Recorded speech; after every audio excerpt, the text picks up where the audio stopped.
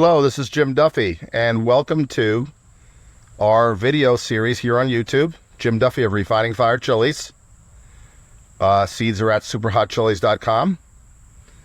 And this is our video series called Peppers 101. And in this video series, we are hoping to give you some background and information on various chilies, actually a whole bunch of them. So you will learn and you will know more about chilies. Okay, so that is the goal here. Increase your knowledge on chilies so you can go on the adventure of discovering new chilies every year, growing them, cooking with them, of course, eating them and eating foods made with them. So this is an educational video series. There's not a lot of books out there that cover a ton of chilies. Our goal is to cover way more chilies than any book ever has. Maybe in the future we'll write a book. But for right now, this is it. Peppers 101.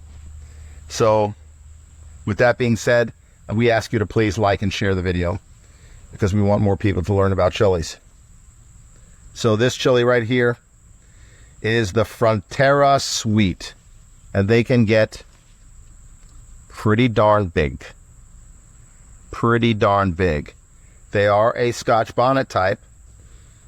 And we know that all Scotch bonnet types and habanero types originated in northern South America and the Caribbean, and then migrated through the use of traders, sailors, spice trade, slave trade, whatever, and migrated their way over to other parts of the world. The Frontera Sweet comes from the Canary Islands, where my friend Peter Merle, who's older than me, wiser than me, and been involved in chilies far more longer than me, and he owns a seed company called Semillas La Palma. And the Canary Islands are islands governed by Spain off the coast of Africa, and that's where he lives, and that's where he grows his chilies. And this chili is from the Canary Islands, where he lives. I don't know if it's on the island he lives on, because there's a group of islands. And it's called the Frontera Sweet. Now, I believe Frontera is the name of the area in the Canary Islands. Sweet means sweet. These are very, very, very fruity and sweety. And they're mild. They have almost no heat.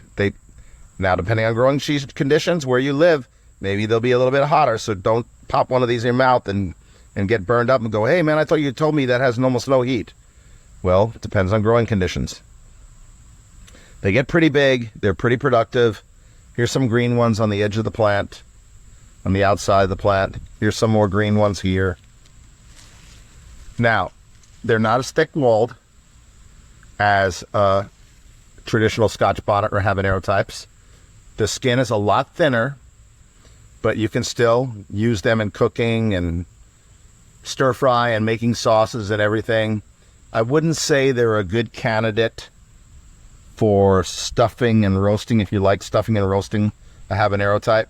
I wouldn't say they're good for that because they're kind of thin-skinned, so the skin will probably kind of evaporate when you cook with them. But try if you want to. We encourage all of you here at Refining Fire Chiles. We encourage you all, don't just try a chili for the main uses and its culture or its background.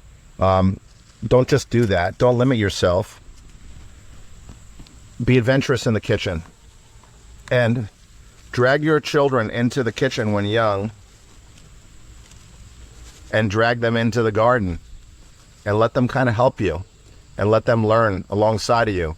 Create a legacy of a culinary and chili legacy with your children and grandchildren. And share the chilies and the food with the chilies with your friends, neighbors, and coworkers. If you're passionate about chilies, then show that passion. Don't be afraid to share it.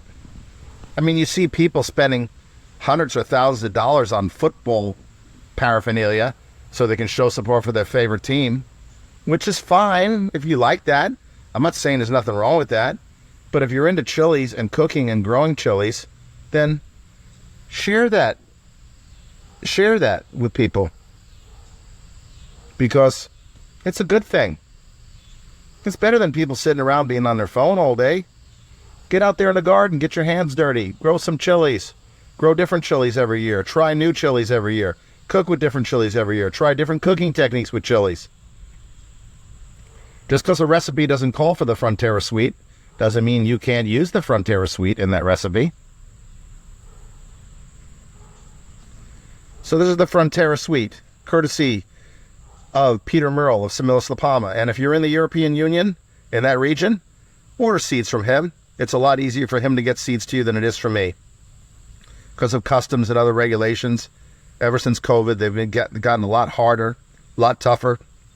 And before, when I shipped seeds to any country in the world, there was no problem. Now, sometimes it's a problem. So support Peter Merle, Chiles, La Palma. And his daughter, I believe, is taking over the business eventually.